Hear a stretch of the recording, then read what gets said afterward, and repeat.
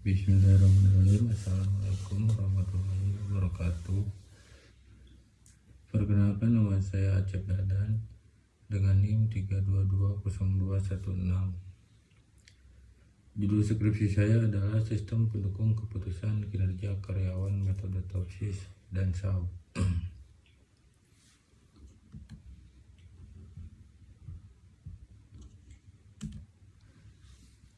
Latar belakang dari skripsi saya adalah di era globalisasi dengan persaingan ketat, perusahaan perlu meningkatkan kinerja karyawan untuk mencapai tujuan bisnis.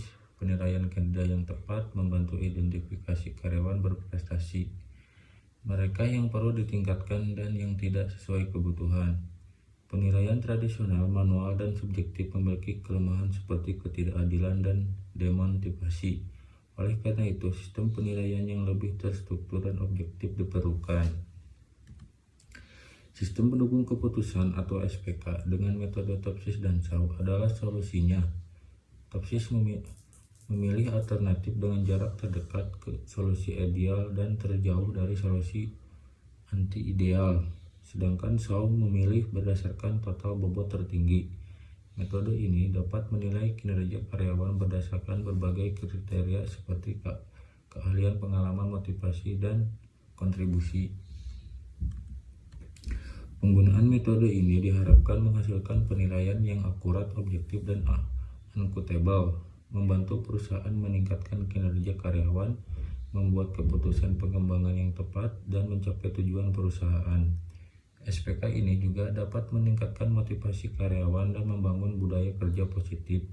Penelitian ini bertujuan mengembangkan sistem pendukung keputusan penilaian kinerja karyawan dengan metode Topsis dan SAW untuk penilaian yang lebih efektif dan objektif. Rumusan masalah.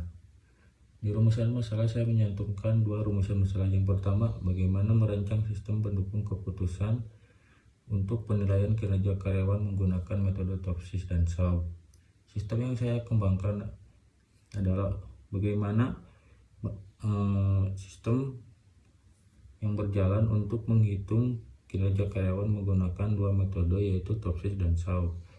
Rumusan masalah yang kedua adalah bagaimana membandingkan hasil penilaian kinerja karyawan menggunakan metode Topsis dan SAW. Tujuannya bagaimana si Topsis itu dan SAW menilai karyawan dengan lebih akurat dan objektif dan lebih mudah dipahami antara si Topsis dan SAW. Tujuan penelitian yang pertama, bagaimana merancang sistem pendukung keputusan untuk penilaian kinerja karyawan menggunakan metode Topsis dan SAW. Merancang sistem untuk pendukung keputusan kinerja karyawan, kita memerlukan beberapa data seperti data karyawan, kriteria untuk penilaian, dan nilai-nilai untuk perhitungan metode Topsis dan SAW. Dan yang kedua, bagaimana membandingkan hasil penilaian kinerja karyawan menggunakan metode Topsis dan SAW. Hasil dari Topsis dan SAW pasti memiliki perbedaan dan memiliki perhitungan yang berbeda. Jadi perbandingan ini adalah untuk melihat seobjektif mana antara si Topsis dan SAW dan lebih mudah dipahami, dimengerti Topsis atau SAW. Batasan penelitian yang pertama, kriteria penilaian kinerja karyawan yang digunakan dalam penelitian ini adalah kriteria yang telah ditetapkan oleh perusahaan. Jadi kriteria dalam penilaian Topsis dan SAW adalah kriteria yang sudah ditentukan oleh perusahaan dan si perusahaan itu menilai karyawannya dari kriteria seperti apa. Yang kedua adalah penelitian ini hanya menggunakan metode Topsis dan SAW dalam penilaian kinerja karyawan. Jadi dalam penelitian ini saya hanya menggunakan dua metode Topsis dan SAW, tidak mencampur adukan dengan metode yang lain. Dan yang ketiga, data penilaian kinerja karyawan yang digunakan dalam penelitian adalah data yang diperoleh dari perusahaan. Jadi saya memperoleh data karyawan dalam penelitian ini. Saya mencari data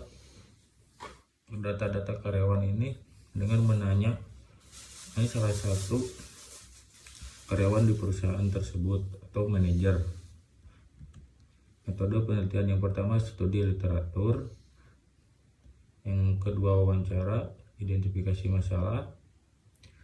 Dilihat bagaimana saya merancang sistem pendukung keputusan ini dengan sistematis dan objektif. Yang kedua adalah wawancara. Wawancara dilakukan untuk memperoleh data-data yang akurat untuk penilaian kinerja karyawan. Identifikasi masalah, bagaimana permasalahan yang ada di perusahaan dan bagaimana solusinya. Metode pengembangan perangkat lunak ini saya menggunakan metode waterfall, yaitu analisis kebutuhan, perancangan, implementasi, pengujian, dan penyerahan penelitian. Selanjutnya, roadmap penelitian. Di sini saya mengambil roadmap penelitian dari kasus sistem pendukung keputusan penilaian kinerja karyawan menggunakan metode Saudi oleh Ades Gali Anto, bahwa aplikasi sistem pendukung keputusan yang kinerja karyawan berbasis desktop berhasil dibangun sesuai dengan rancangan desain, dan aplikasi sistem pendukung keputusan kinerja karyawan dapat digunakan oleh lembaga perusahaan. Yang selanjutnya adalah analisis sistem. Analisis sistem penilaian kinerja karyawan pada perusahaan CP Dayatwa saat ini masih menggunakan penilaian secara manual atau langsung dengan melihat kinerja karyawan itu bekerja dengan SOP perusahaan atau tidak. Analisa sistem yang berjalan mengimplementasikan sistem penilaian kinerja karyawan secara sistematis, efektif, dan akurat. Jadi alasan saya melakukan penelitian di perusahaan itu adalah si perusahaan masih menggunakan manual untuk menilai karyawan tersebut. Jadi tujuan saya untuk penelitian di sana adalah merancang sistem yang bisa menghitung kinerja karyawan secara sistematis, efektif, dan akurat. Perancangan sistem. Perancangan sistem yang pertama adalah login, mengolah data karyawan, input data penilaian, input nilai karyawan, menghitung peringkat, topsis dan SAW, melihat hasil laporan atau logout. Yaitu use case diagram, menggambarkan interaksi antara aktor dan sistem pada sistem pendukung keputusan. Yang selanjutnya adalah implementasi. Implementasi adalah untuk menguji sebaik mana dan si sistem itu berjalan. Contohnya, data masukkan username dan password sesuai. Yang diharapkan adalah berhasil login dan menampilkan halaman dashboard. Pengamatan berhasil login ke halaman utama, kesimpulannya diterima atau tidak. Kalau sistemnya tidak berjalan, kita memasukkan username dan password, kita akan kembali ke halaman login dan tidak berhasil untuk login. Untuk selanjutnya, kesimpulan. Yang pertama, web yang mampu mengolah data karyawan, data kriteria, dan bobot kriteria menjadi sebuah proses penilaian karyawan sehingga memberikan kemudahan perhitungan skala alternatif penilaian. Hal ini memberikan kontribusi dalam pemilihan karyawan terbaik.